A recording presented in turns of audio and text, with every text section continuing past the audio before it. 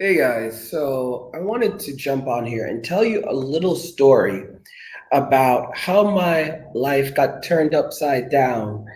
So I'd like to take a little, I was trying to do the whole Fresh Prince thing, it just didn't pan out. Anyway, guys, so when I was 8 years old, my teacher called me stupid.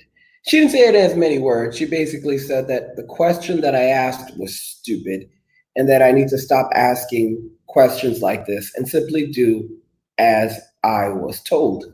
And this experience completely crushed me. And I had this experience multiple times in my life.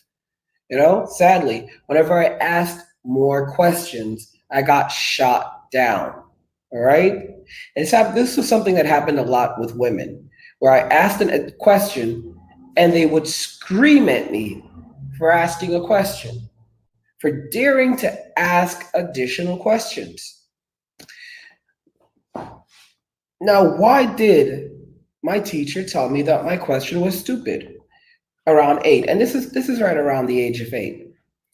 So back when I was 8, I always thought that I struggled in math, but evidently I struggled in reading more so. I guess I was pretty damn good at math. Guys, this is something weird about being men. Why the heck are we good at math, even if we're not great at it? That is a frightening thing. I'll point out to you guys. Even if we're not great at it, we're still good at it. We're still good at it. It's a weird thing. It's a weird thing. Okay. But anyway, and this actually ties into the story really well. So I was in this group to help build on my reading skills back then, because I had this list thing, and I struggled with pronouncing words. I'm sure you notice where this is going, because I still struggle with pronouncing words.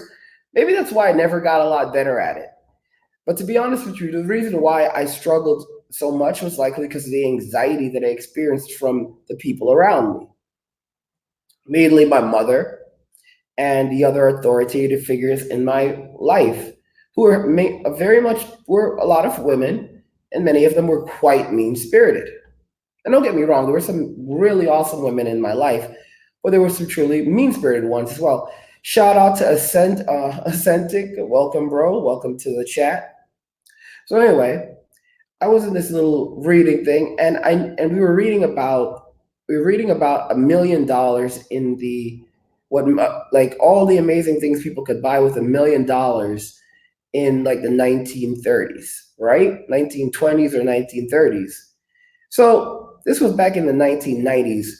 It was a long time ago, and I said, and the teacher was like, "Wow, kids, could you imagine what you would have bought with all of that money in the 1930s?" And I said, "Wait a minute. If $1 million in the 1930s though would be worth a lot more today." And the teacher gets furious at me. She says, "What do you mean?" I said, "Well, the value would have increased over the course of decades, right?" And she said, "What? No. $1 million in the 1930s will be worth $1 million today." I said, "No, it'd be worth like $1 billion." She couldn't have any more of me. She basically told me to shut up. And then after all the other kids had left at the end of our little class, she told me, "Don't ever ask those types of questions ever again." I felt so stupid.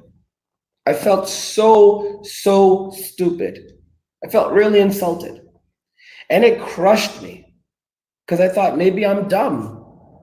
Maybe like what? Who am I thinking? Like maybe I'm a stupid kid. Why would I have ever even thought to ask such a stupid question? Right? It wouldn't be until many years later that I would learn that there's a thing called interest and inflation, and that the value of money increases over a specific period of time due to inflation. So money that was held, or wealth that was held decades earlier, okay? If you were holding it at a bank, if it was invested in something, if it was anywhere, that money back then, for example, what $1 million would buy you back then, adjusted for inflation today, would be significantly different. But guess what? As a kid, I somehow figured this out on my own, but I didn't know the names. I didn't know what the words were. And guess what? I'm beginning to think that my teacher didn't know either. And as a result, she told me to shut up. She told me that I was wrong in asking stupid questions and creating disturbances. And I felt crushed. And I was a child that never really spoke. And it was things like that that crushed me more and more and more. And I was being abused at home by both of my parents. So getting it at school was it just made it all that much worse for me. It was a living nightmare. I always had people who told everyone around me, didn't matter how smart they were, they always thought there was something about me that was more special. These are guys who were straight A students and all this other stuff. And I was a straight A student whenever I felt like it. If I felt like being a straight A student, I was a straight A student. If I didn't, I wasn't. School just was not that important to me. But yet, people used to marvel at me. My peers used to just look at me in shock, and I never understood it. I had friends who graduated with prestigious degrees and all of these things. And they used to look at me in shock and marvel, as though I could do things that they could not, learn things that they could not, even though I didn't give a crap about school. Truth is that my talents were never properly fostered. I met one guy later on who told me that I had more potential than he did. This was a guy who had many degrees. He had a law degree. He had a degree as a clinical psychologist. His son was a neurosurgeon. His daughter was a biochemist, and he had founded a university. Yeah. And he told me that I had more potential than he did. And this was astounding. How could someone at such a level of prestige tell me that I had more potential than they did? He was a mentor to me. I share this story with you because I want you guys to understand that these experiences that we have in our early lives, they really can shape our perception of the future, and they can truly limit what we do and what we say and how we live.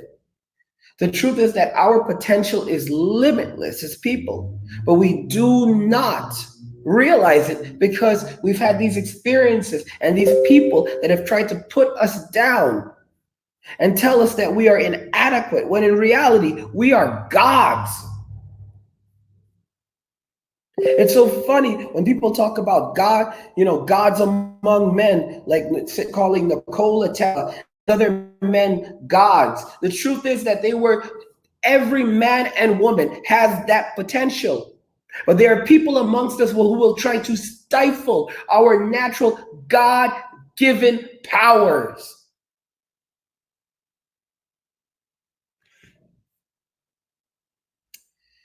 Guys, don't forget you can pick up a course on cryptomoney.academy if you'd like to take a course on any of the great, amazing topics, because right now we're heading towards a major social and economic global decline. Anyway, guys, I'm going to end it here. Let me know what you think about the topic, why my teacher told me to shut up and stop asking stupid questions. Do you agree with her? Do you agree that ultimately our potential as people, as human beings, has been stifled and continues to be stifled by a group of people that want to extract and use us for everything that we are worth? Let me know what you think in the comments. Love Jesus Christ, because he is all you have in this world. I'm going to catch you later. Peace.